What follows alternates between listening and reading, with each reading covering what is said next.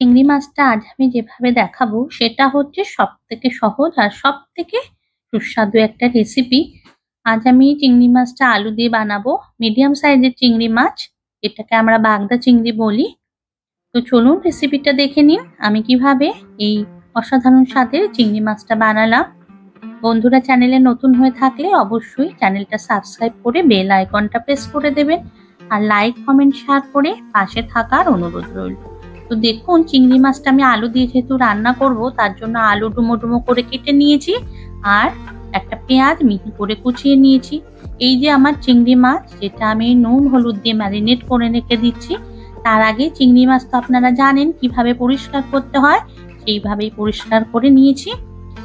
পেঁয়াজ, আদা, রসুন, টমেটো, কাঁচা লঙ্কা বাটা, আর এটা হচ্ছে জিরের গুঁড়ো, ধনের গুঁড়ো, কাশ্মীরি লঙ্কার গুঁড়ো আর হলুদ গুঁড়ো একসাথে। তো গ্যাসে আমি বসিয়ে দিয়েছি প্যান। তেল খুব ভালোভাবে গরম হলে এখন চিংড়ি মাছগুলোকে আমি জাস্ট হালকা করে ভেজে নেবো আর কি। তো দেখতে পাচ্ছেন চিংড়ি মাছের খোসা কিন্তু আমি ছাড়াইনি, কেননা চিংড়ি মাছের পেটে ডিম ভর্তি ছিল। আমি যখন দেখিয়েছি নিশ্চয়ই খেয়াল করেছেন চিংড়ি মাছে কতটা ডিম রয়েছে। তো অসুবিধা হবে না খাওয়ার সময় খোসা ছাড়িয়ে তো খাওয়াই যায়। যেমন গলদা চিংড়িতে আমরা খাই খোসাটা ছাড়িয়ে তারপরে খাই, আর এই খোসাটা ফেলে যদি দিতাম সমস্ত ডিমগুলো কিন্তু বেরিয়ে যেত। তো যাই হোক, চিংড়ি মাছ উল্টে পাল্টে ভেজে আমি তুলে নিয়েছি। চিংড়ি মাছ কিন্তু খুব কড়া করে ভাজনি, তাহলে কি হয় চিংড়ি মাছ ভীষণ চিমড়ে হয়ে যায়। এখন মাছগুলো তুলে নেওয়ার পর আমি এই তেলের মধ্যে দিয়ে দেবো কিছুটা নুন আগে, তারপরে দেবো জিরে ফোড়ন। নুনটা কেন দেবো, এই যে ছিটকাচ্ছে সেটা ছিটকাবে না, আর মশলাটাও পরে ছিটকাবে। তো যাই হোক, জিরে দিলাম। এবার এর মধ্যে আমি টুকরো করে কেটে রাখা আলুগুলো ভেজে নিচ্ছি।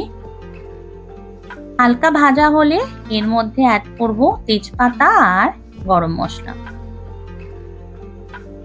এই স্টেজেই আমি দিলাম, তাহলে গন্ধটা খুব ভালো থেকে যায়। এরপর এর মধ্যে কুচনো পেঁয়াজটা দিয়ে দিচ্ছি। দেখতে পাচ্ছেন আলুতে হালকা রং ধরে এসছে। এরপর পেঁয়াজটা যখন কিছুটা নরম হবে তার মধ্যে এই পেঁয়াজ, আদা, রসুন, কাঁচা লঙ্কা, টমেটো বাটাটা অ্যাড করে দিচ্ছি। পেঁয়াজ, আদা, রসুনের কাঁচা গন্ধটা চলে গেলে এর মধ্যে আমি গুঁড়ো মশলাগুলো অ্যাড করে দিলাম। জিরের গুঁড়ো, ধনের গুঁড়ো, কাশ্মীরি লঙ্কার গুঁড়ো আর হলুদ গুঁড়ো, যেটা জল দিয়ে গুলে নিয়ে দিয়ে দিয়েছি। এরপর ভালো করে মশলাটা কষিয়ে নেব। মশলা থেকে তেল যখন ছেড়ে আসবে তখন এর মধ্যে আমি পরিমাণ মতন গরম জল অ্যাড করে দেবো। তো দেখুন মশলা একদম কষা হয়ে গেছে। প্রথমে একটু চিনি দিলাম। চিংড়ি মাছে যে কোনো রান্নায় একটু চিনি দিলে খেতে ভালো লাগে। তো চিনি দিয়ে এরপর গরম জল অ্যাড করছি। নুন কিন্তু এখন দেব না, কারণ প্রথমেই আমি বেশ কিছুটা নুন দিয়েছিলাম।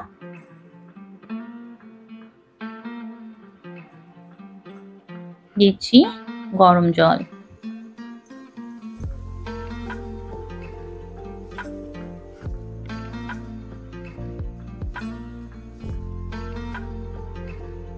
এরপর এক এক করে মাছগুলোকে আমি ছেড়ে দিচ্ছি।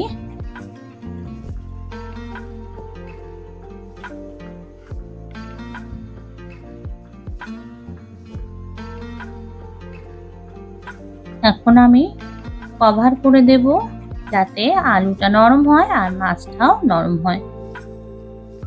মাছ দেওয়া কমপ্লিট।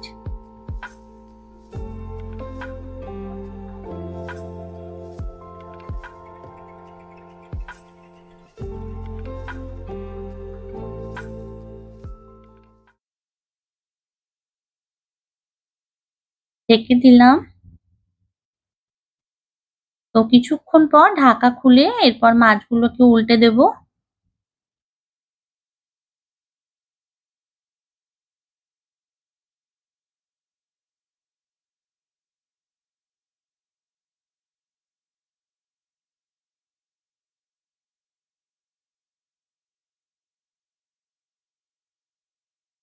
আবার কভার করে দেব।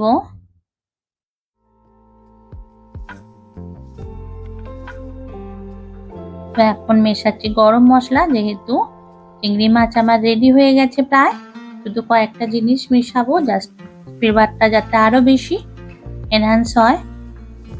দুটো ক্রিমের কিউব দিয়ে দেবো। এরপর আমি ক্রিমগুলোকে এরকম কিউব করে রাখি, অনেক দিন ধরে থাকে জানেন তো। এরকম ভাবে যদি রাখেন ক্রিম কিন্তু সহজে নষ্ট হবে না। লাস্টলি অ্যাড করলাম ঘি। এতেই কিন্তু এই চিংড়ি মাছের স্বাদ দ্বিগুণ হয়ে যাবে। তো চিংড়ি মাছ আমার রেডি। এখন এটাকে আমি একটু ঢেকে দেবো যাতে পুরো ফ্লেভারটা খুব ভালোভাবে এনহ্যান্স হয়। তো দেখুন এখন সার্ভ করছি। তো বন্ধুরা দেখতে পেলেন কত সহজে একটা কত সুন্দর রেসিপি আমি রেডি করে নিলাম। আপনারা কিন্তু অবশ্যই এভাবে ট্রাই করবেন। আজ তাহলে রাখি। দেখা হবে নতুন কোনো ভিডিওতে। ততক্ষণ ভালো থাকবেন, সুস্থ থাকবেন। Thanks for watching.